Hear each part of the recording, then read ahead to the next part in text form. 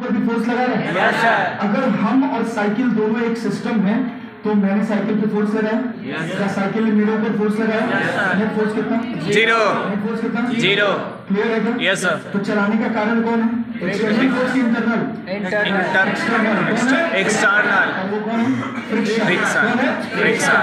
Cycle कहाँ गई? आगे। फ्रिक्शन कहाँ लगा? आगे। क्लैरिटी है? यस। सोचो अगर यही तुम्हारी साइकिल एक स्लोप पर होती, क्या होती? स्लोप में। स्लोप पर उतरने के लिए क्या तुमको पैडल मारने की जरूरत है? क्या तुम्हारा वेट नीचे लेके जा रहा है? Yes sir. जा रहा है ना? साइकिल अगर तुम स्लोप पे उतार रहे हो साइकिल और बहुत तेज पैडल मार दिए, क्या स्लिप करने का चांस है? Yes sir. खिसक सकते हो। क्यों? क्योंकि जब तुम पैडल मारोगे ना तो जो तुम्हारा mg वाला एफर्ट होगा वो आगे बढ़ता जाएगा और फ्रिक्शन कम होगा, और कम होगा तो क्या स्लिप कर सकते हो? Yes sir. यही सवाल है, यही सवाल है। बहुत तगड़ा क्वेश्चन है, अभी आगे आएगा जैसे सर्कुलर शुरू करेंगे तब। तो देखो जब हम स्लोप पे नीचे उतार रहे हैं तो रिजल्टिंग फ्रिक्शन कहाँ गया? पीछे। कहाँ गया? पीछे। और अगर तुम स्लोप पे चढ़ा रहे हो तो mg कहाँ लग रहा है? पीछे। लेकिन तुमको mg के अगेंस्ट चल के जाना है। Yes sir. तो नेट फ्रिक्शन कहाँ लगेगा? आगे। फ्लैट रोड पे क्या ये साइकिल अपने आप चल जाएगी? No sir.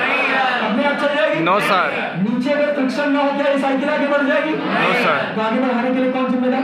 फ्रिक्शन। कौन जिम्मेदार? इस साइकिल पर के आगे वाले पहिए पे फ्रिक्शन कहाँ? पीछे। पीछे वाले पहिए आगे। रिजल्टेंट कहाँ गया? तो कौन सा फ्रिक्शन बड़ा होगा? पीछे वाला। क्योंकि हम जो फोर्स लगा रहे हैं कैसा फोर्स है?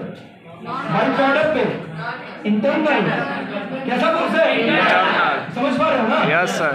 इंटरनल फोर्स से कोई काम नहीं।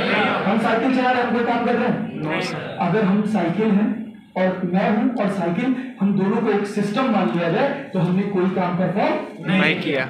मैं इंडिविजुअली काम कर रहा हूं, बात समझ आ रहा है? लेकिन अगर साइकिल को और मुझे एक सिस्टम बना दिया जाएगा तो मैंने काम नहीं किया। आगे ले जाने में कौन काम किया? फ्रिक्शन। कौन काम किया? फ्रिक्शन। बात समझ पाए? Yes sir. दुनिया की सबसे सुंदर इंजीनियरिंग का एग्जांपल है साइकिल। पहला ऑटोमोबाइल सेक्टर का जो क्रक्स रखा गया है वो इसी साइकिल के दम पर रखा गया है, और इसका जो एडवांस वर्जन है उसको बोलते हैं रिक्शा। समझ रहे ना? ये दो चीजें हैं जो इंजीनियरिंग बनाती है। जैसे इसकी स्पोक्स है ना? Yes sir. अगर एक तीली भी इसमें से टूट जाए, एक तीली भी, और ये गड्ढे में पड़ गई साइकिल, इसका रिम बेंड हो जाएगा। मैं समझ रहा हूं क्यों? क्योंकि इस रिम पर जो नेट लोड आएगा उसको बैलेंस करने के लिए कोई नहीं। एक बात ध्यान से देखना, इसके पहिए में एक बात ध्यान से देखना। देखो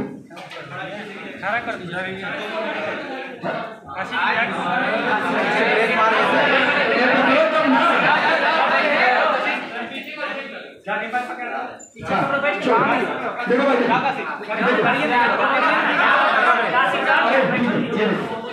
ये देखो साइकिल का, अच्छा साइकिल का ये वाला हिस्सा देखना, ये वाला पॉइंट और ये वाला पॉइंट जस्ट एक दूसरे के ऑपोजिट है क्या? जितना लोड इन दोनों स्पोक्स पर पड़ेगा उतना ही लोड इन दोनों स्पोक्स से आएगा, बैलेंस हो जाएगा।